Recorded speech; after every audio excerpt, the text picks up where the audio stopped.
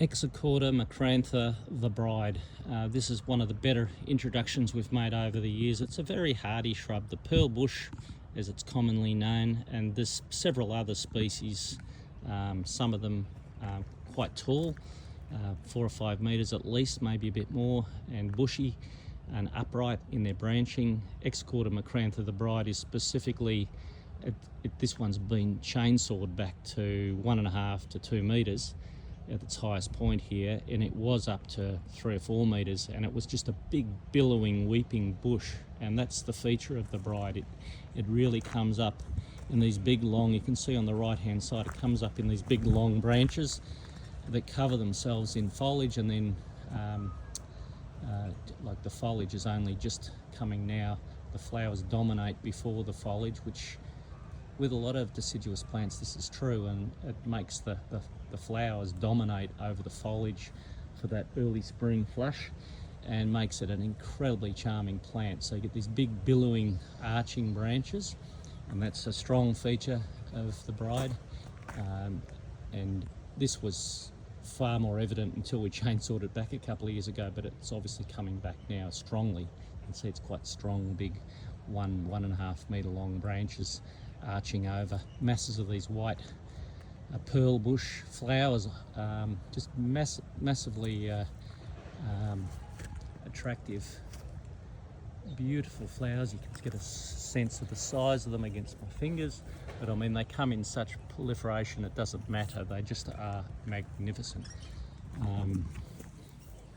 Hardy, not particularly perfumed, hardy. It'll take sun, it'll take a relative amount of dryness for relatively short periods of time, but I wouldn't recommend putting it in a site where it's going to be dry for months at a time. I think it'll probably get it set back, but I found it particularly hardy and easy to grow. Take full sun, will grow in semi-shade, but if you give it a full sun position like this one, you'll get the best out of it. It'll grow more thickly and bushy, and you'll get a much better habit, and that big billowing weeping branches will dominate the landscape around it and be a major feature. I've also trained them up, they're cutting grown, and training them up from a young plant up a stick, get them up 2 or 3 metres or even more, and let them billow down.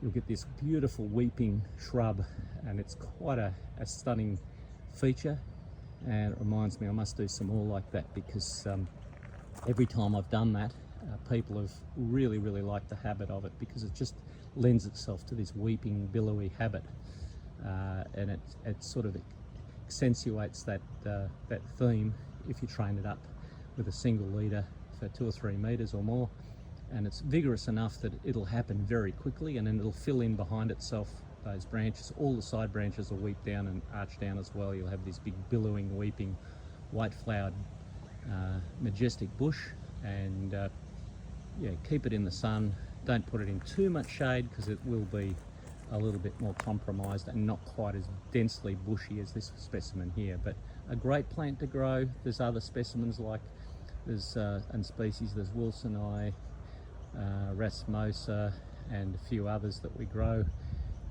in relatively small numbers, because people often don't know these plants. Coral coweye, there's several exochordas, and they're all worthy of a position, and each has its own merits for the location you're trying to best place it in. So keep it in mind. I've got all the other varieties, including the bride, all the exochordas, on my Facebook and Instagram, so there's blogs there that you can follow with colour photos and descriptions of each individual features, as we do have, and I've got descriptions of all the other plants that Yamina Rare Plants has imported and collected over the years, and I'm up to 17,700 blogs now in about 10 or 12 years, so it's an extraordinary amount of blogs. I've only just started doing this YouTube channel because a lot of people have been requesting that I do it, and I was a little bit reluctant because I already spent 30 or 40 hours on my socials every week, so it's another jump into taking my time, stealing my time. But I think people already are starting to, it's only just begun this YouTube channel, but people are giving me positive feedback, even though I've only just begun this in the last couple of 3 weeks. So jump on board, look at the different blogs. If you've got any questions, call us at the nursery. Most of the plants in my blogs are available annually. Not all the plants in my blogs are available all the time, so you can go into the online shop and scroll to the bottom of the particular variety if it says sold out, and add your email, and you'll get an automated email when we restock that variety. So I don't have to remember, and you don't have to remember, and as soon as they're back in stock, you'll get an automated email.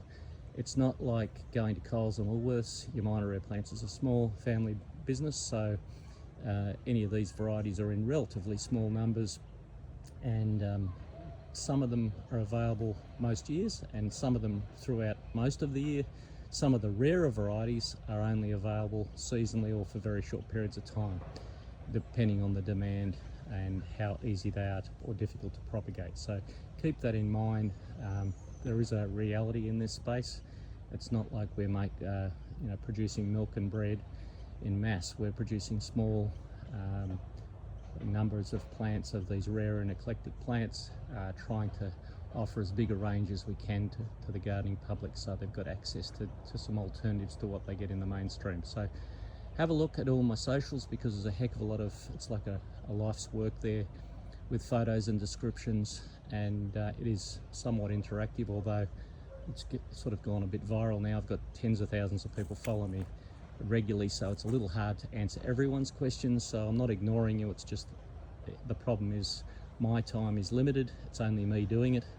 So I hope you appreciate or enjoy, more importantly, the blogs I do, and I try to make them as accurate as possible, and like everyone, I make my share of mistakes. I occasionally put the wrong name on the plant, or it's been updated and so forth, and I've got a lot of people with great knowledge following me, and they're not shy to remind me if something's changed name or so forth. So the good thing about the socials is they're online and they're live, so I can update any errors as I'm aware of them.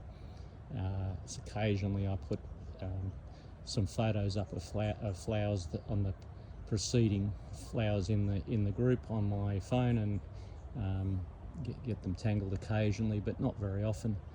So I'm constantly updating anything like that. Also, as new information becomes available of any of the plants, and even things like whether they're ethnobotanical origin, whether they're edible, whether they're poisonous, whether they have some special uses culturally or medicinally, or they have particularly good bark, berries, autumn colour, etc., etc. I try to put as many of these aspects in a prayseed form on my blogs. I mean, I can't extend it more than a prayseed sort of form of information, and if you like the variety and you want more information, of course Google it, or if you've got some good books. But it's amazing how often you can access this information online, but just make sure you cross-reference information, because like all online forums, there is an element of good information and bad information. So just cross-check your information sources, so to make sure that you've got the accurate